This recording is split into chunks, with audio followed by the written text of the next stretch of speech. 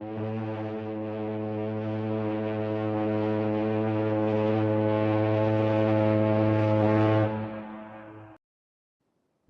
begin this leg of our cruise with a 2-day journey from Puerto Montt to Puerto Montt. During the first day, we were scheduled to cruise the Sino Eyre Fjord and see the Amalia Glacier, but we experienced 18 to 25-foot waves, and the captain decided to slow the ship speed for the comfort and safety of the passengers. So to keep our schedule, we had to sail on directly to Puerto Montt. The second day, we passed through the Chilean archipelago. It turned out I wasn't the only one taking pictures.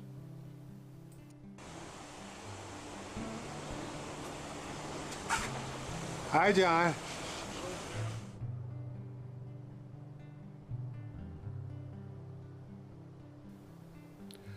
The archipelago consists of 3 large islands, Chloe, Wellington, and Santa Ynez, plus dozens of smaller islands and thousands of islets.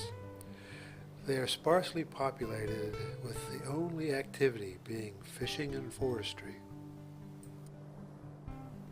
We pass a working fish farm in an area that is otherwise deserted. Puerto Montt is in the protected harbor of Reconcagua Sound and has a population of 200,000. The residents are mostly of German and Eastern European descent. It's the largest producer of salmon in the world, but we're here today to visit the natural beauty of Rosales Park, see the volcanoes, and visit the German Heritage Village in Puerto Varas.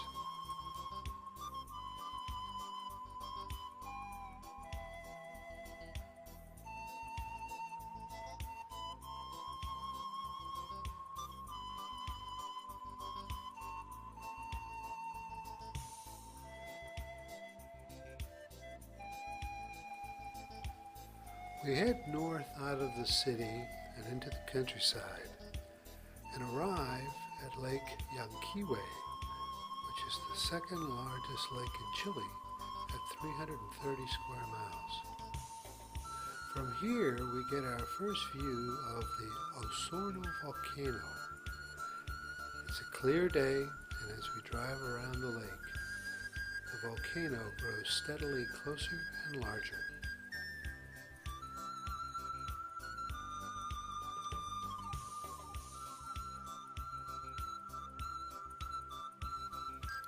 We arrive at the Vincent Perez Rosales National Park.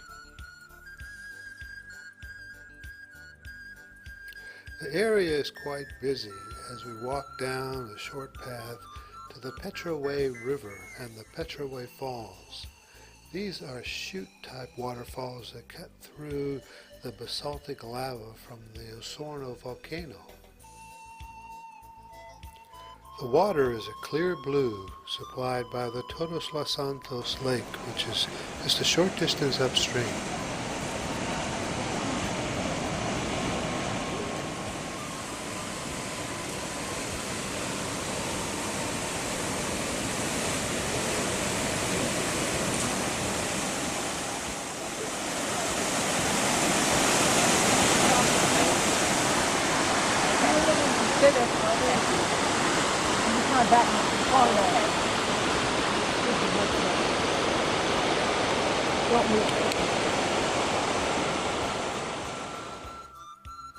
Osorno is one of the most active volcanoes in the Andes, with 11 eruptions since 1575.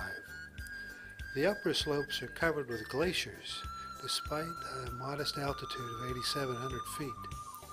These are sustained by the heavy precipitation in the region. Osorno is noted for its similar appearance to Mount Fuji in Japan, and in 1835 Charles Darwin glimpsed the volcano during an eruption.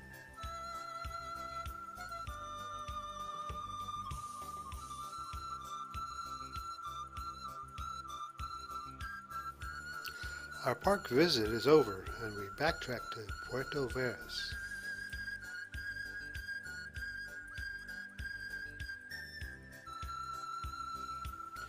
passing a local cemetery, it's interesting to note how different it is to what we saw in Puerto Montt.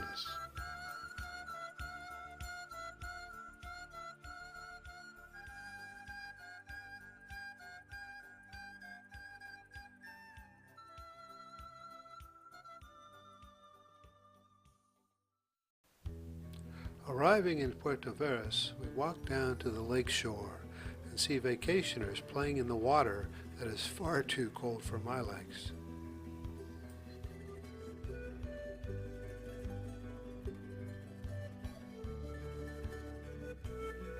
Adjacent to the shore is a Plaza de Colonización containing the statue of Vincent Perez Rosales, who was the agent for the German settlement when it was founded in 1853.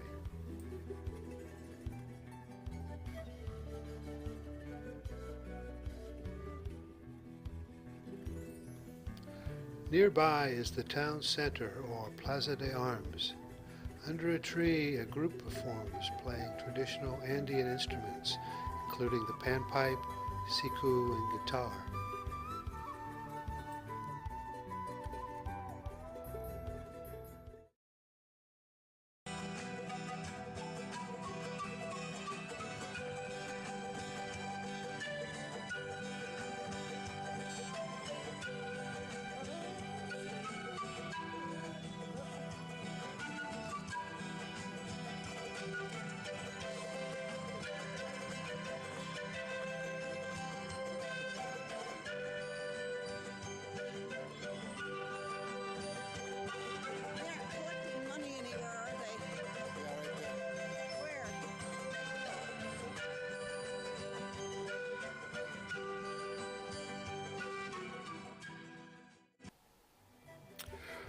Puerto Montt is known as the City of Roses, and roses were in abundance.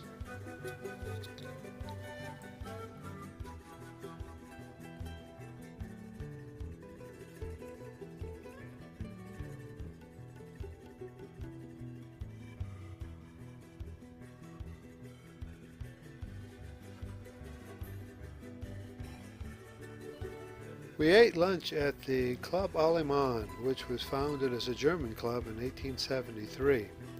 There we had the Chilean national drink, the Pisco Sour, which is made from pisco liqueur and pica lime.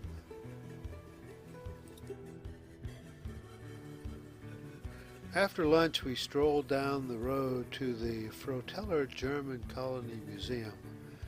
This replica village shows life in the early years of the settlement.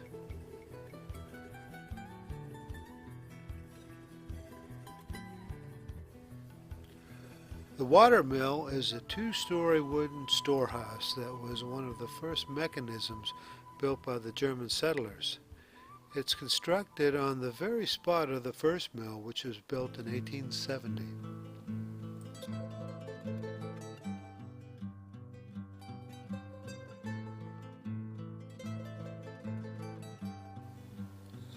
The German manor house is built on the hillside overlooking the site. The natural pine construction of each of the rooms is typical of the German architecture from the mid-1800s.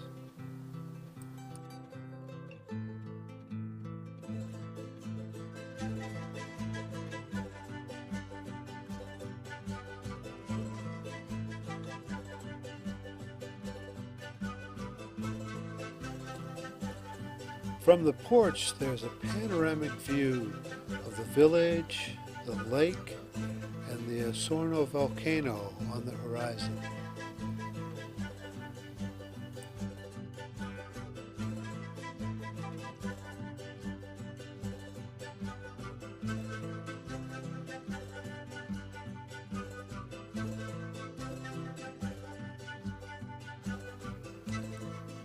The Equipment Museum has a large selection of farming and food processing equipment from the 19th and early 20th century.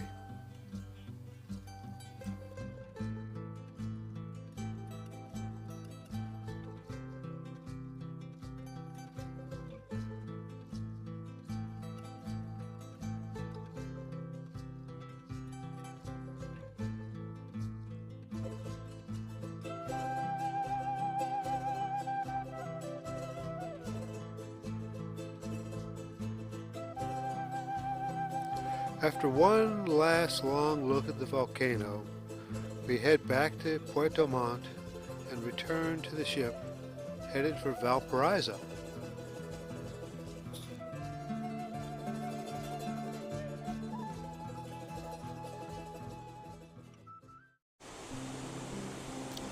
It's a 2-day journey from Puerto Montt to Valparaiso, but the sky is clear and the seas are calm.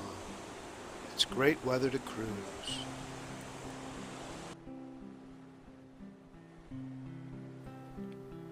We pack our bags the night before arrival and leave them in the hallway to be collected. At 5 a.m. the next morning, our ship arrives in Valparaiso. We bid our final farewell to the Golden Princess and go through the chaotic process of clearing customs and retrieving our luggage.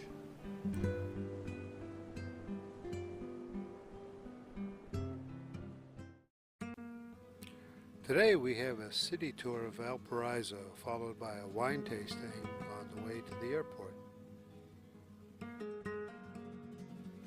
We see our first funicular, and then we see the monument to political forces, which looks like a giant twisted wire. Then we see the National Congress building, and finally we learn about the rivalry between Chile and its neighbors. Chile and its neighbors, we were good friends. We fought side by side against the crown. With Argentina, Peru, Bolivia, we all fought together against the Spanish crown. As soon as we got our independence, we have sat down around this table and we have watched or looked at the maps made by the crown, and then we have said, wait a minute, the boundaries are not right, and then we started to fight each other, right? So from the beginning, and this hasn't changed, the length of Chile is the distance you get in the US from New York to California, 3,000 miles. And most of the 18 million people we all live in what is known as Central Chile, Santiago, Valparaiso, surroundings, that area. So the two tips are very much isolated. No one lives there. And the fear was, talking about the northern tip, Peru or Bolivia could have sent some of their people to occupy the area in order to say something in the future. How can you contact Chile if, as long as we can see, you have just Peruvians or Bolivians living there? And the same problem we had it further south with Argentina. We stopped off at the Plaza Victoria, which was named in honor of the war against Peru and Bolivian Confederation. It's been a social center of the city since the 1800s.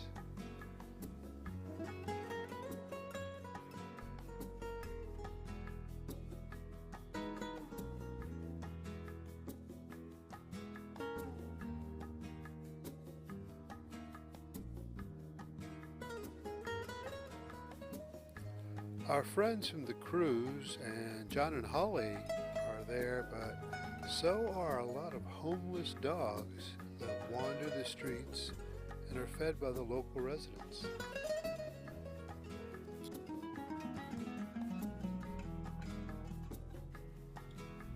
We passed the Arco Britannico, which was donated by the British to commemorate Chilean independence. Then on to the Plaza Sotomar with the Monumento a los Heroes in the center of the square. It sits in front of the Armada de Chile building.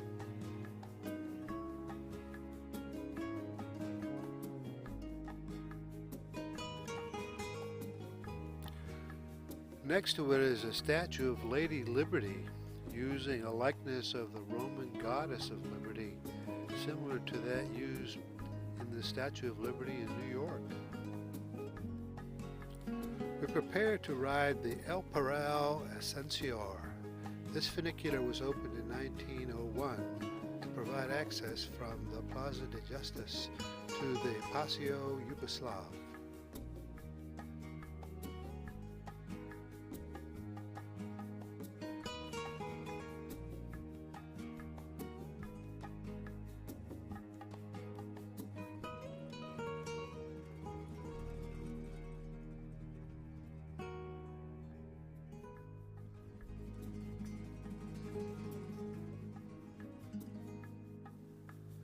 From the top, we get an excellent view of this colorful hillside city.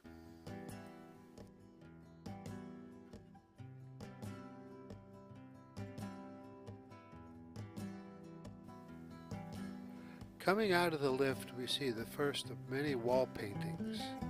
Note that the sign giving directions to the lift is actually painted on the wall.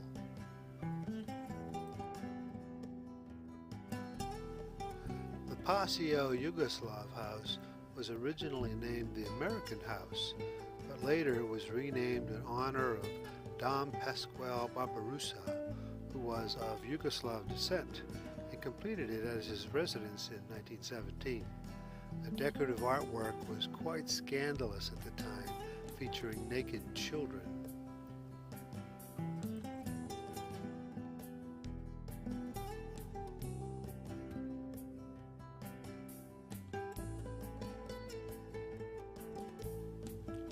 As we walked the hilly side streets, we noted the artwork and architecture.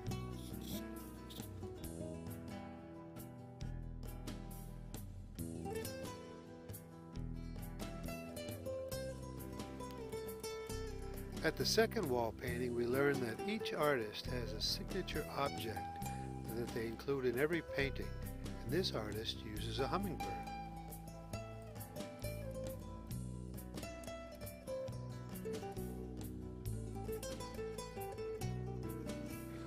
We follow the attention of others who are looking up the street, and in a few seconds a cyclist comes racing by.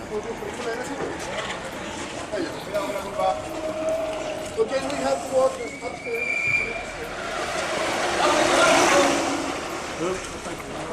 Hummingbirds on the fingertips. The street. So the staircase? Yes?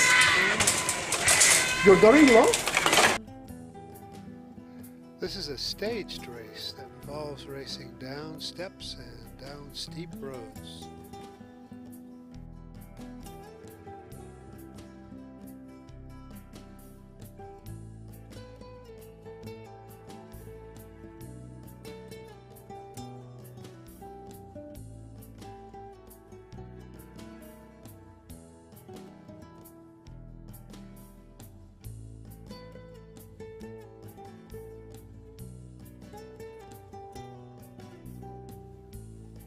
We came to an art shop that featured fine pencil drawings of local people and neighborhood scenes.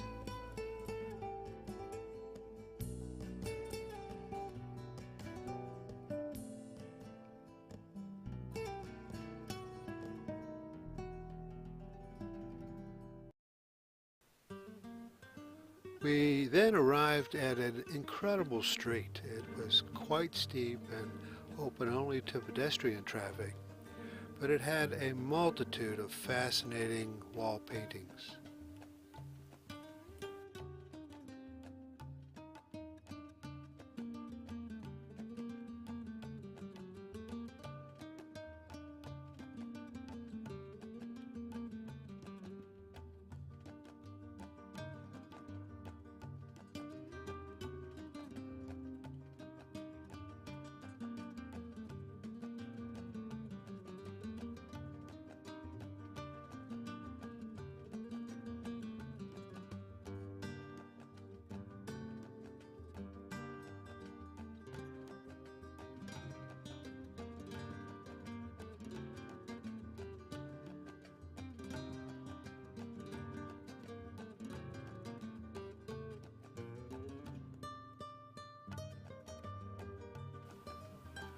At the end of a cobblestone street, we happen upon a forgotten cemetery on a hill above this overcrowded city.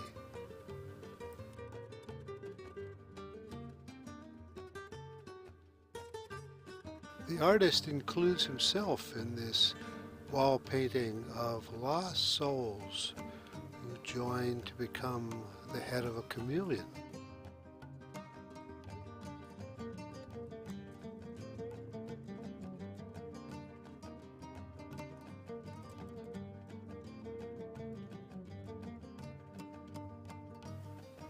We wind our way down the hill and back to the bus.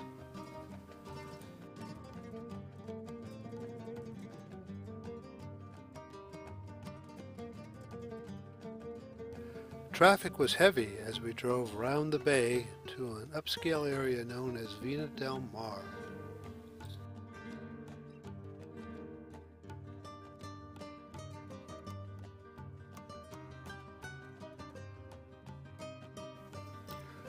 Lunch was in a restaurant on the bay. The service was slow, but the company was excellent.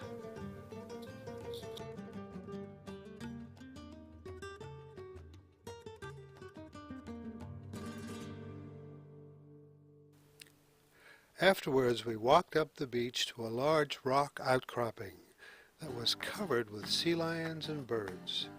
The sea lions were mostly resting in the midday sun, but the sheer number and proximity was impressive.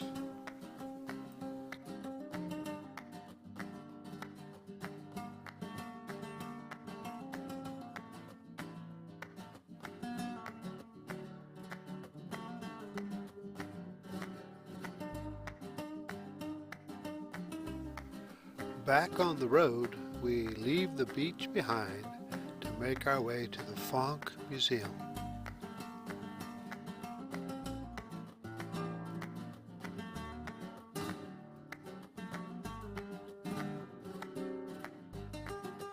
Here we saw a Moai statue made by the Rapa Nui people of Easter Island. Easter Island is owned by Chile, and of the 887 statues that were made, this is only one of 11 that's been removed. Each statue has an oversized head and is considered to be the living face of a deified ancestor. They were carved between 1200 and 1500 AD and were quarried from volcanic rock. We are on the highway heading toward Santiago and are passing mile after mile of vineyards. A stop is planned at the Miliana winery, which is one of the larger organic wineries in Chile.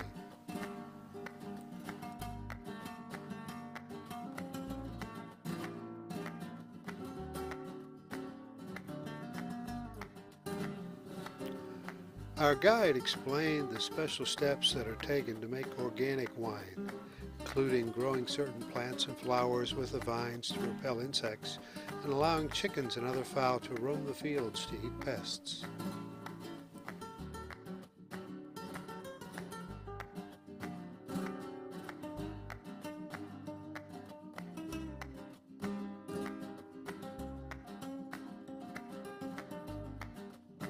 Now the Sauvignon Blanc that you're going to try comes from our Grand Reserve line.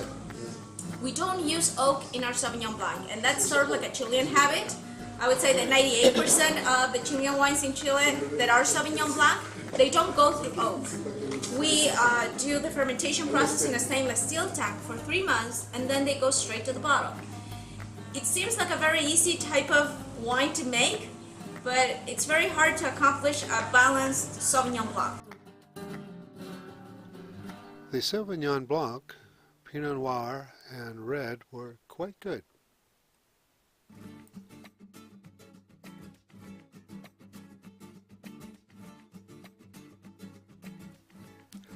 Back on the bus for the final leg of the journey.